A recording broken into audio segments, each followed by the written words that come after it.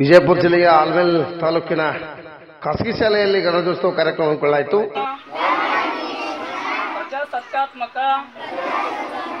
ಗಣರಾಜ್ಯವನ್ನಾಗಿ ರೂಪಿಸುವುದಕ್ಕಾಗಿ ಭಾರತದ ಎಲ್ಲ ಪ್ರಜೆಗಳಿಗೆ ಸಾಮಾಜಿಕ, ಆರ್ಥಿಕ ಮತ್ತು ರಾಜಕೀಯ ನ್ಯಾಯವನ್ನು ವಿಚಾರ, ಅಭಿವ್ಯಕ್ತಿ, ನಂಬಿಕೆ, ಧರ್ಮ ಮತ್ತು ಉಪಾಸನೆಯ ಸ್ವಾತಂತ್ರ್ಯವನ್ನು, ಸ್ಥಾನಮಾನ ಮತ್ತು ಅವಕಾಶಗಳ ಸಮಾನತೆಯನ್ನು ದೊರೆಯುವಂತೆ ಮಾಡುವುದಕ್ಕಾಗಿ ವ್ಯಕ್ತಿ ಗೌರವ, ದೇಶದ ಏಕತೆ ಮತ್ತು ಸಮಗ್ರತೆಗಾಗಿ ಎಲ್ಲರಲ್ಲಿ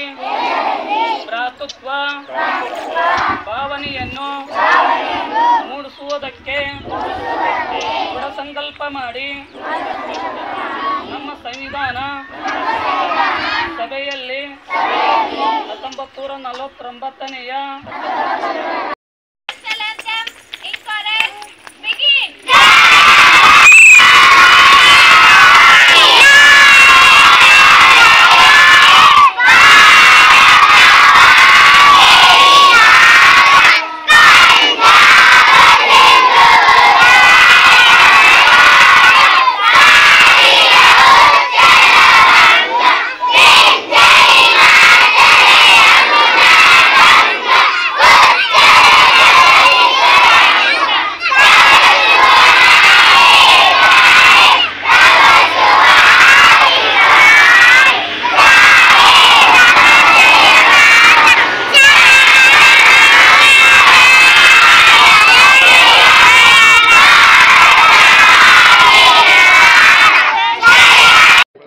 ತದನಂತರ ಆಲ್ಮೇಲ್ನ ಪೊಲೀಸ್ ಠಾಣೆಯಲ್ಲಿ ಕೂಡ ಗಣರಾಜ್ಯೋತ್ಸವ ಕಾರ್ಯಕ್ರಮ ಅದ್ದೂರಿಯಾಗಿ ಆಚರಣೆ ಮಾಡಲಾಯಿತು.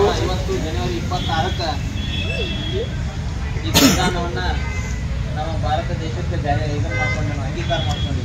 1949 ನವೆಂಬರ್ 26ಕ್ಕೆ ನಡೆಯುತ್ತದು.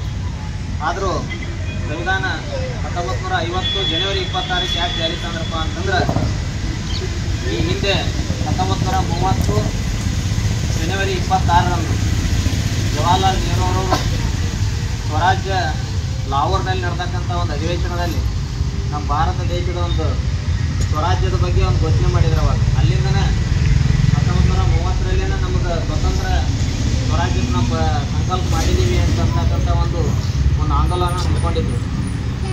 ಆ ಆಂದೋಲನ ಜನವರಿ 26, 1930 ಆಗಿತ್ತು ಅನ್ನೋ ಉದ್ದೇಶದಿಂದ. ಅದೇ ರೀತಿಯಾಗಿ ಆಲ್ಮೇಲ್ ತಾಲೂಕಿನ ಕಡ್ಡಿ ಗ್ರಾಮದ ಗ್ರಾಮ ಪಂಚಾಯತಿಯಲ್ಲಿ ಕೂಡ 75ನೇ ಸ್ವಾತಂತ್ರ್ಯೋತ್ಸವ ದಿನಾಚರಣೆಯನ್ನು ಅದ್ದೂರಿಯಾಗಿ ಆಚರಿಸಲಾಯಿತು.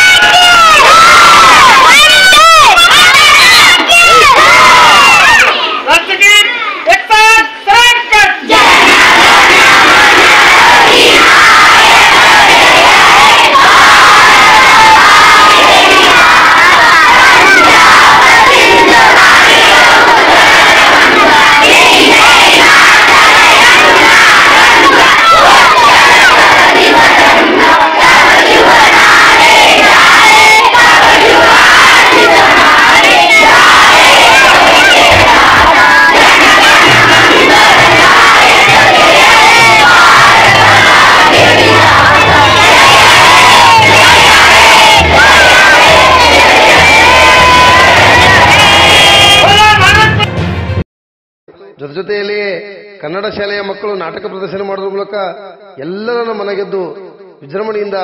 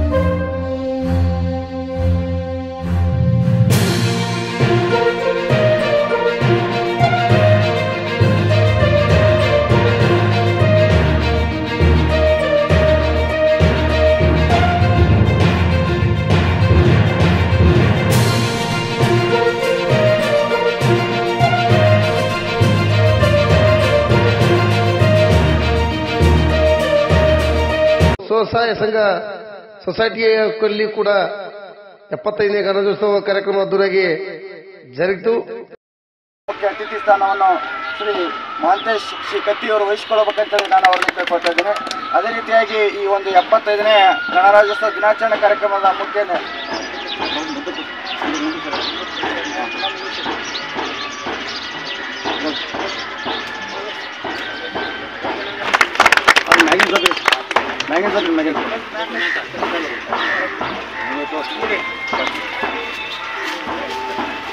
राष्ट्रगीते एक साथ सुरू कर. जनगण मन अधिनायक जय हे भारत भाग्य विधाता. पंजाब सिंध गुजरात मराठा द्राविड उत्कल वंग हिंदी हिमाचल यमुना गंगा उच्चल चलति तरंग.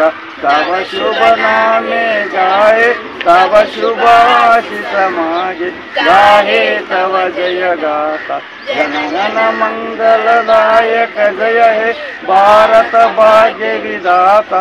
जय हे जय हे जय हे जय जय जय जय हे बोलो. ಅದೇ ರೀತಿಯಾಗಿ ಆರೋಗ್ಯ ಕೇಂದ್ರದಲ್ಲಿ ಕೂಡ ಗಣರಾಜ್ಯೋತ್ಸವ ಕಾರ್ಯಕ್ರಮವನ್ನು ಅದ್ದೂರಿಯಾಗಿ ನೆರವೇರಿಸಿದರು.